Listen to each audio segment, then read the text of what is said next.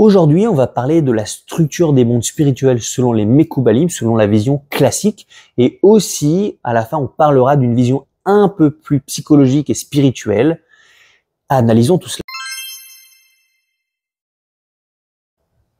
La Kabbale distingue 4 mondes qui structurent la réalité spirituelle. On a la Hatzilut, l'émanation, la Bria, la création, la Yetzira, la formation, et la Asiya qui est l'action.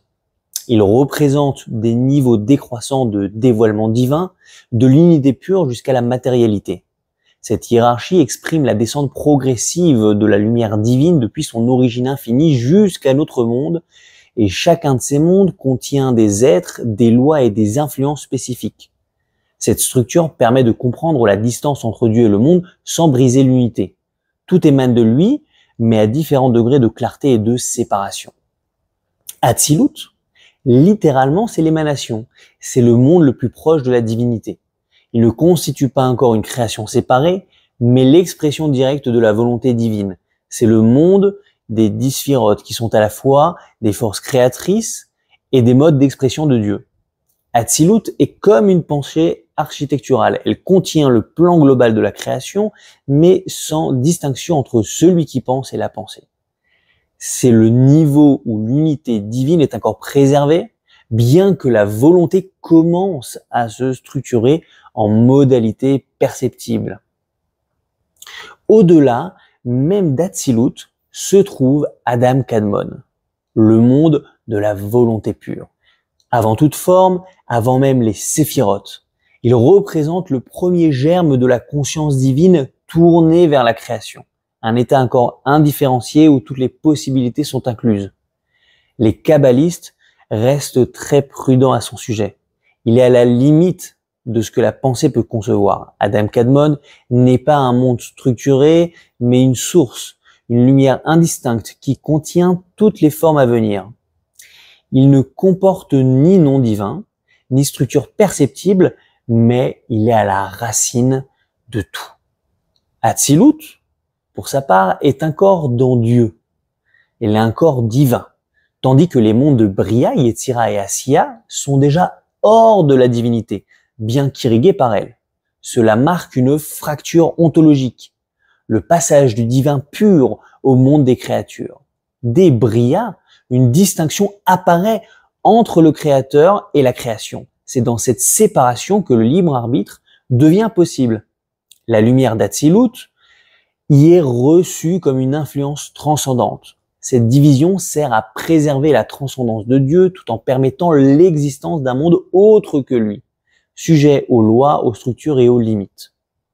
Le mal n'existe pas dans les mondes supérieurs comme Adam Kadmon ou comme Hatzilut dans leur unité originelle. Mais à partir de la Séphira Bina dans Hatzilut, commence la mise en place de structures juridiques, la Anagat Mishpat. C'est là que le bien et le mal peuvent émerger en tant que catégories opposées. Cela ne signifie pas que le mal est indépendant, mais que les conditions de sa possibilité apparaissent. Le mal devient un espace de défi, un champ d'épreuve nécessaire à la liberté humaine, et c'est aussi le lieu où Dieu se révèle comme juge et non plus seulement comme une source d'abondance. Chaque monde est associé à une séphira fondamentale. Pour la Hatzilut, c'est Chochma, la sagesse créatrice. Bina, c'est pour Bria, la compréhension formatrice. Tiferet pour Yetzira, l'harmonie éthique. Et Malchut pour le monde de Asiya, la royauté manifeste dans le monde. Ces associations montrent que chaque niveau cosmique est porteur d'une qualité divine dominante qui donne sa forme à tout ce qui s'y trouve. Ainsi, chaque monde n'est pas seulement un lieu, mais aussi un mode d'être, une façon particulière par laquelle Dieu se révèle, et ces correspondances permettent aussi de comprendre le lien entre l'âme humaine et les sphères cosmiques. Les 4 mondes ne sont pas isolés, mais s'interpénètrent. Chaque monde contient en miniature les autres, et des influences circulent sans cesse entre eux. La lumière divine traverse ces mondes comme une âme traverse les membres d'un corps. C'est pourquoi on parle d'un grand organisme cosmique. Les sphères sont en interaction dynamique. Une action dans Asiya peut avoir des répercussions jusque dans Yetzira ou Bria. Cette unité permet de comprendre la puissance de l'action humaine. Une mitzvah ou une prière peut faire remonter la lumière jusqu'à Hatzilut et influer sur les flux spirituels à tous les niveaux. Le Ramchal distingue 3 types d'entités spirituelles. Les Kochot Nivdalim, les forces séparées, les Malachim, les anges, les Neshamot, les âmes. Les forces séparées sont les plus proches de Dieu. Elles sont pures, elles sont immatérielles, elles sont sans forme ni fonction assignée, mais orientées vers la présence divine. Les anges, eux, sont les exécuteurs de la volonté divine dans le monde. Ils ont des rôles spécifiques, une hiérarchie, et sont responsables de la mise en œuvre des décrets célestes. Quant aux âmes, elles sont destinées à l'incarnation. Elles passent par différents états avant, pendant et après leur vie dans le corps. Chaque entité spirituelle a ses lois propres. Comme le monde matériel est structuré par des lois naturelles, les mondes spirituels sont régis par des lois non physiques, adaptées à chaque espèce d'entité. Ces lois déterminent leur mode d'action, leur relation avec la divinité et leur place dans l'ordre cosmique. Ainsi, les anges n'ont pas les mêmes lois que les âmes, ni que les forces séparées. Le Ramchal insiste sur le fait que la réalité spirituelle est hiérarchisée, ordonnée selon la sagesse divine. Nous ne pouvons pas en comprendre l'essence, mais nous pouvons et nous recevons des aperçus via la tradition prophétique et rabbinique. Les anges sont des entités créées pour exécuter les décisions divines. Ils ne sont ni autonomes ni divins, mais totalement soumis à la volonté du Créateur. Il en existe de nombreuses classes. Certains veillent sur des peuples, d'autres sur des lois naturelles, d'autres encore accompagnent chaque individu. Ils peuvent être porteurs de bénédictions ou d'épreuves.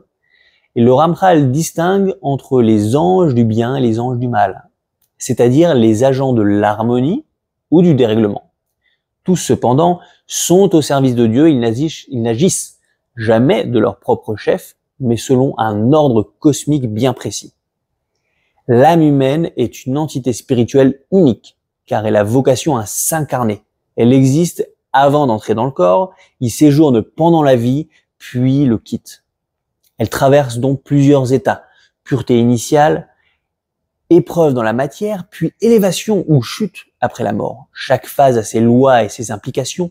L'âme relie les mondes, elle vient d'un monde supérieur, elle agit dans le monde inférieur et aspire à remonter là-bas. Le Ramchal la décrit comme capable d'interagir avec les lois spirituelles les plus élevées et c'est pourquoi l'homme est au centre de la création. Tout ce qui existe dans le monde matériel a une racine spirituelle dans les mondes supérieurs. Chaque événement, chaque entité, chaque mouvement dépend d'une source invisible. Cette influence descend du haut jusqu'en bas à travers les mondes sous forme de Hashpa'a, une irradiation spirituelle. Ce flux devient Shefa, une abondance, lorsqu'il produit des effets dans la réalité.